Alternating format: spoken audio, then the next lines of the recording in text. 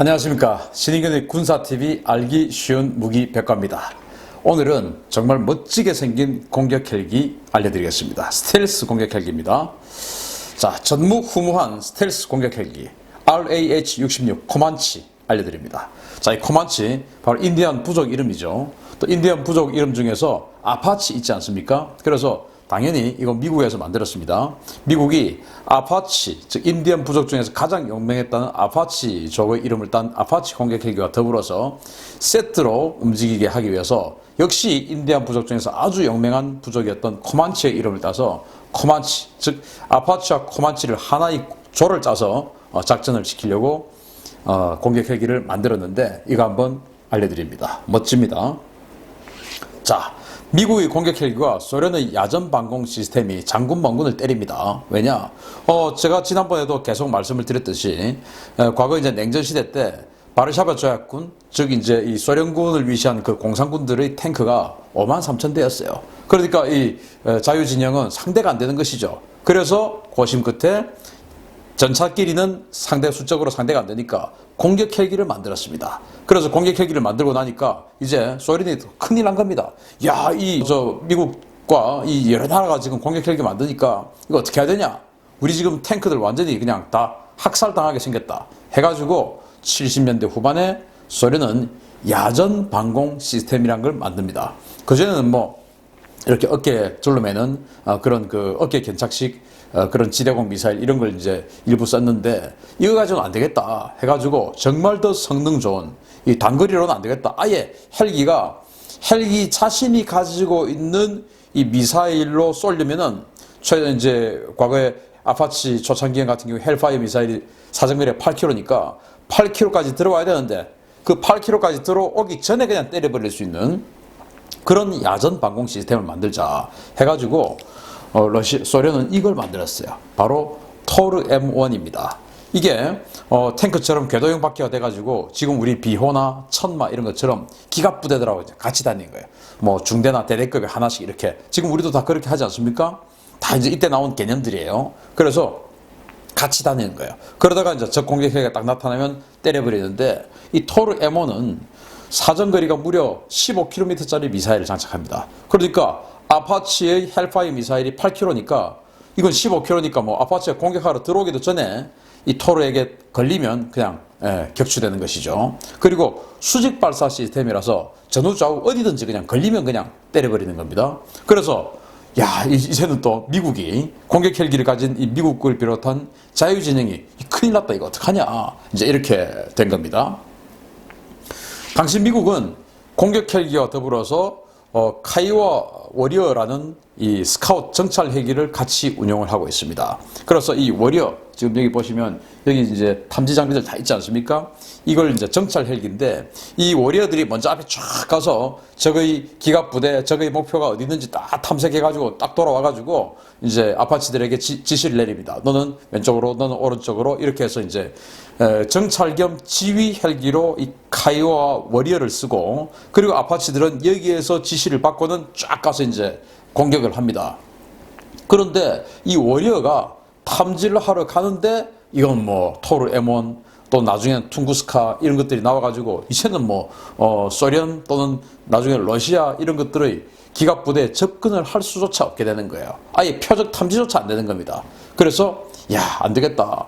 소련 야전 방공망을 뚫어라. 그래서 미 육군이 소요 제기를 합니다. 1982년도에. 왜냐? 토르 M1이 1984년도에 실전 배치를 했고 76년도부터 이제 개발을 하기 시작했기 때문에 이 82년도쯤 되면 토르 M1의 시제품들이 이미 나와서 테스트를 하고 있는 그 상황이겠죠. 그러니까 미국은 이 정보를 취득을 하고 야, 저 무기가 실전 배치되면은 우리 이 스카우트 헬기들이 소련의 기갑 부대에 접근조차 할 수 없겠다. 이 큰일 났다. 그러니까 우리는 이 소련의 야전 방공망 수준이 점점 세지는데 이런 걸로는 어려웠다. 그래서 저 야전 방공망인 토르 M1, 퉁구스카 이런 것들을 깨버릴 수 있는 전문적인 정찰 헬기를 만들어보자. 그러면 어떻게 해야 되냐? 저놈이 우리를 못 봐야 된다. 스텔스 공격 헬기를 만들자. 이제 이렇게 된 겁니다.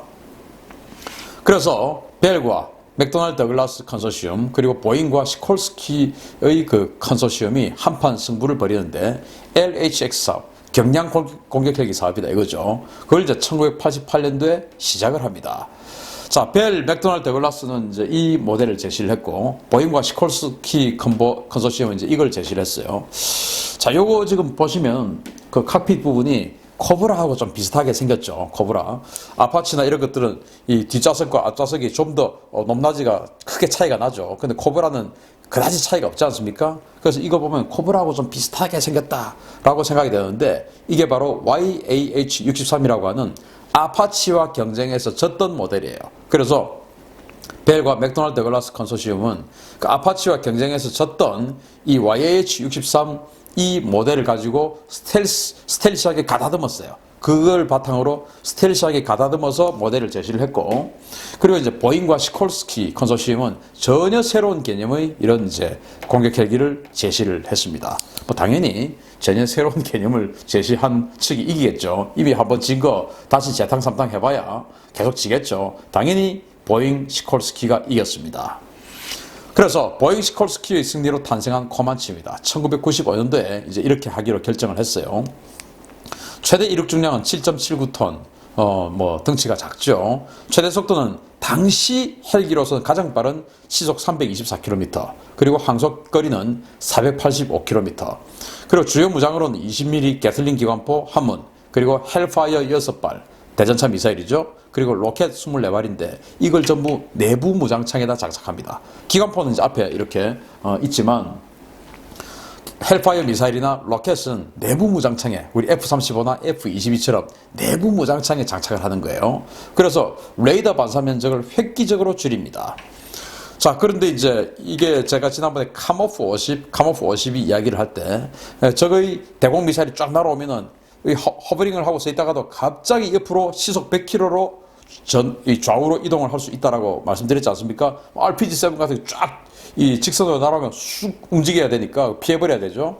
이 코만치도 역시 시속 120km로 허버링 중에 옆으로 움직일 수 있는 그런 능력을 가지고 있어서 혹시 저거의 RPG-7 같은 이런 그 직선 무기에 걸리더라도 확 피할 수 있는 이런 능력까지도 가지고 있습니다. 멋지게 생겼죠. 그런데 이게 스텔스라고 하는데 뭐 이렇게 뭐가 많이 덕지덕지 붙어 있는데 어떻게 스텔스가 되냐? 제가 그 비밀을 알려드리겠습니다. 자, 일단 가장 이제 그 레이더 반사 면적이 큰 게 바로 로터 아니겠습니까? 이 로터인데 이 로터를 이제 프로펠러라고 하는데 실제는 로터라고 부르죠. 이 로터가 소음이 적어요. 일단 스텔스라고 하면은 일단 눈에는 안 보여야 되죠. 그리고 또 스텔스라고 하면 들리지 않아야 됩니다. 헬리콥터 우리 잘 아시다시피 얼마나 시끄럽습니까? 부타타타 부타타타 그죠? 그런데 이 코만치는 소음이 아주 적게 나는 로터를 채용해서 소리에 잘 들리지 않는다라는 게 있고, 그리고 이 로터의 설계를 아주 이제 기묘하게 형상을 만들어서 아파치의 360분의 1 수준의 레이더 반사 면적입니다. 아파치의 360분의 1. 그래서 레이더로 보면 거의 참새 한 마리 정도의 수준으로 보인답니다. 대단하죠? 이렇게 큰 헬기가 참새 한 마리 정도의 수준으로 보인답니다. 그리고 강력한 방탄 성능이에요. 강력한 방탄 성능. 그러니까 뭐 엔진 이런 주요 부위는 23mm 기관포에도 버틸 수 있게끔 만들었고, 조종석은 12.7mm 기관총에 중기관총에 버틸 수 있게끔 만들었습니다. 12.7mm가 뭐냐면은 우리 탱크, 우리 K1 전차 뭐 할 것 없이 전부 12.7mm 대공기관총 장착하고 다니죠. K1 탱크에 있는 그 전차장이 사격하는 그 K6 기관총, 이게 바로 12.7mm 아닙니까? 그래서 대공기관총에 견딜 수 있는 조종석, 그리고 엔진 같은 경우는 대공포에 견딜 수 있는 엔진룸, 이런 것들로 이제 딱 해서 아주 방탄 성능도 좋고, 그리고 탐지 장비가 이제 스카우트 정찰 헬기니까 탐지 장비가 좋아야 되겠죠. 그래서 탐지 장비를 전부 다 이 내부에 수납해 놓고 있습니다. 그리고 뭐 혹시 상황이 되면 이 밀리미터 발 레이더를 또 스텔시하게 만들어서 이 로터 상부에다 부착을 할 수 있게끔 만들었고요. 내부 무장창을 만들었죠. 그리고 덕티드 테일 로터라고 해서 제가 뭐 헬기 이야기할 때 많이 말씀을 드렸습니다만은 헬기가 적에게 격추되고 또 헬기가 사고 나는 게 가장 사고 위험도가 높은 게 바로 꼬리 날개입니다. 꼬리 날개가 아주 약하고 그런 것들이 이제 노출되어 있기 때문에 나뭇가지에 걸린다든지 이렇게 해서 이제 사고가 발생하는 게 있는데, 이렇게 아주 두꺼운 커버에 씌워가지고 그런 사고를 예방하고 또 레이더 반사명도 줄이고 하는 그런 역할을 합니다. 그리고 또 이제 적외선 열추적 미사일들 이런 것들에 맞을 수가 있는데 여기 보통 우리 헬기들 보면 엔진이 위에 다 있죠. 그리고는 뒤로 공기가 쫙 빠져나오는데 어느 헬기 할 것 없이 그 공기가 빠져나오는 게 바로 그냥 노출이 되어 있습니다. 그런데 이 코만치 같은 경우는 커버 안에서 그 빠져나오는 공기를 다 식혀가지고 냉각을 시켜서 내보냅니다. 왜냐? 적의 열추적 미사일에 당하지 않게 하기 위해서.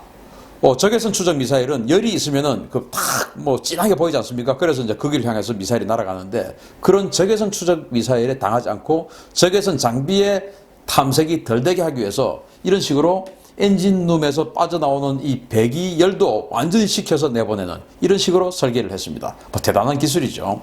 이렇게 해서 자, 이렇게 만들자 해가지고 이제 결정을 합니다. 자, 이렇게 되니까 소련 지상군에게는 완전히 보이지 않는 저승사자가 됐죠. 먼저 레이더에 탐지가 안 됩니다. 참새 한 마리 정도 수준이니까 보이겠습니까? 안 보이죠. 적외선 탐지가 안 돼요. 공기를 다 식혀서 내보내니까 적외선 추적 장비로도 안 보이죠. 그리고 소음 저감 로터를 해서 소음이 잘 들리지 않습니다. 예전에 오사마 빈 라덴을 잡으러 갔던 그 대부그루들이 탔던 블랙호크, 그게 스텔스 블랙호크라고 타고 갔지 않습니까? 근데 그게 이제 한 대가 사고로 이제 떨어졌어요. 그걸 이제 미국이 다 수거해 갔는데, 당시 목격자들의 해당 지역 목격자들의 증언에 따르면 분명히 헬기는 저기 있는데 소리가 안 들리더라는 거예요. 소리가. 그만큼 여기 코만치에서 나온 기술들을 블랙호크, UH-60 블랙호크에다 채용을 해가지고 소리가 들리지 않는 헬기를 만들어 놓은 거예요. 물론 가까이서 들으면 소리 나겠죠. 그렇지만은 정말 우리가 상상하는 그런 헬기의 소음은 아니더라는 겁니다. 그래서 원거리에서 소음도 안 들리는 것이죠. 그러니까 탐지할 방법이 없고, 그러면은 요즘 이 헬파이어 미사일 사정거리 10km, 12km 이런 식으로 지금 연장이 됐는데, 이제는 이 토르 M1이라 하더라도 또는 퉁구스카, 판치르 이런 거라 하더라도 보여야 때리죠. 그러니까 딱 이 미사일 사정거리 내들어와서 때려버리는 겁니다. 그러면 이제 야전 방공망 다 무너지고, 야전 방공망 무너지고 나면 이제 아파치들이 쫙 와서 기갑부대를 거의 사냥하듯이 그냥 다 때려잡는 것이죠. 야전 방공망이 없으니까 뭐가 겁나겠습니까? 그렇게 되니까 소련 큰일 났죠, 이제. 자, 그래서 미 육군 항공대가 꿈꾼 미래입니다. 코만치와 아파치 조합의 천하무적 콤비입니다. 2006년도에 이걸 양산하기로 했어요. 그래서 1200대를 만들기로 했습니다. 왜냐? 가격이 너무 쌌던 거예요. 그래서 시제품을 다 만들어 놓고, 시콜스키와 보잉에서 시제품을 2대를 만들었는데, 만들어 놓고 미 육군에 제시한 가격이 대당 1200만 달러입니다. 1995년도 가격으로 대당 1200만 달러니까 지금으로 치면 한 3000만 달러 이 정도 되겠죠. 그러니까 이렇게 스텔스한 공격 헬기가, 물론 경량 공격 헬기지만 3000만 달러? 이 정도면은 요즘 헬기 가격 이런 거와 비춰봤으면 비싸지 않은 가격이에요. 상대적으로 저렴한 가격이에요. 그러니까 가격이 저렴하니까 1200대를 찍어내기로 합니다. 그래서 이제 1200대 가자 해서 아파치하고 딱 조를 이뤄가지고 완전히 그냥 다 쓸어버리자, 이렇게 계획을 잡았습니다. 그런데 바로 이 사람이 등장했죠. 이 사람이 언제적이냐? 바로 9.11 테러 이후에 아들 부시 대통령이 이라크전, 아프가니스탄전 그거를 수행을 할 때 국방부 장관이었습니다. 이 사람은 완전히 삭감왕이에요. 청천벽력 삭감왕 럼스펠드 국방장관이 등장입니다. 그래서 2004년도에 야, 당장 때려쳐! 하고 이 코만치를 사업을 끝내버렸어요. 아니, 지금 다 만들어서 내 군인에 지금 실전 배치를 딱 하려고 준비가 다 돼 있는데 럼스펠드가 때려쳐? 안 돼. 야, 우리 상대가 지금 개뿔 아무것도 없는데 이게 왜 필요해? 그리고 지금 우리 경제 좀 힘들어. 그리고 전쟁 지금 2개나 해야 되는데 1년에 1000조씩 지금 국방 예산 써야 되는데 그 대부분 지금 전비로 나가고 있는데 무슨 코만치야. 안 돼. 이 사람이 어마어마하게 많은 사업을 삭감시켰습니다. 주말트급 구축함 완전히 왕창 삭감해서 3대만 남았죠. A-12 공격기, 이거 나중에 제가 또 따로 해드리겠습니다. 완전히 삼각형으로 생긴 끝내주게 생긴 공격 전투기예요. 항공모함에 탑재하려고 만들었어요. 이거 삭감시키고 야, 그냥 슈퍼넷이나 만들어, 이렇게 되고, F-22 전투기 이거 처음에는 450대 하려고 했지 않습니까? 그러다가 야, 안 돼, 해가지고 점점점 줄어서 197대로 확 줄여버렸죠. 크루세이드 자주포. 정말 멋진 자주포 다 만들었어요. 그것도 필요 없어. 그냥 팔라딘 써. 그냥 있는 거 그대로 써. 그래서 지금 현재 2019년 현재 우리 한국의 K9 자주포가 주한미군의 팔라딘 자주포보다 성능이 더 좋아요. 왜냐? 그렇지 않았으면 주한미군이 크루세이드 자주포를 썼겠죠. 그럼 우리보다 더 성능 좋았겠죠. 2004년 5년 이어간에 이 럼스펠드가 전부 취소시켜 버려 놓으니까 지금은 우리 K9 자주포가 그 미군의 팔라딘보다 훨씬 더 성능 좋은 이런 상황이 생기고 있습니다. 그리고 이제 해병대의 초고속 스피드로 상륙하는 상륙 돌격 장갑차 취소시켰죠. FCS 프로그램이라고 미군은 완전 첨단 군으로 거듭나게 하는 프로그램이 있었는데 그거 취소시켰습니다. 그래서 이 럼스펠드를 보고 록히드 마틴의 수석 엔지니어인 벤 리치는 뭐라고 했냐? 저 X는 뭐 놈짠지 뭔지 뭐 하여튼 있겠죠. 저 X는 신무기 이야기만 나오면 보청기 건전지가 나가는 것처럼 행동했다. 못 들은 체 한다는 겁니다. 예. 그렇게 비난을 했습니다. 자기 회고록에. 그래서 이렇게 멋진 또 가격 저렴한 그런 끝내주는 스텔스 공격 헬기가 럼스펠드 국방장관 이 양반 때문에 사라졌습니다. 그래서 성능과 가격이 최강이었지만 역사 속으로 사라진 비운의 전투헬기 RAH-66 코만치. 아깝죠. 야, 이거 뭐 설계도 그냥 사와가지고 우리가 확 만들면 정말 멋지겠는데, 그죠? 아깝습니다. 이런 멋지게 생긴 공격헬기 있었다는 것을 말씀드리고 다시 부활을 했으면 좋겠다라는 생각도 가져보면서 코만치 알려드렸습니다. 감사합니다.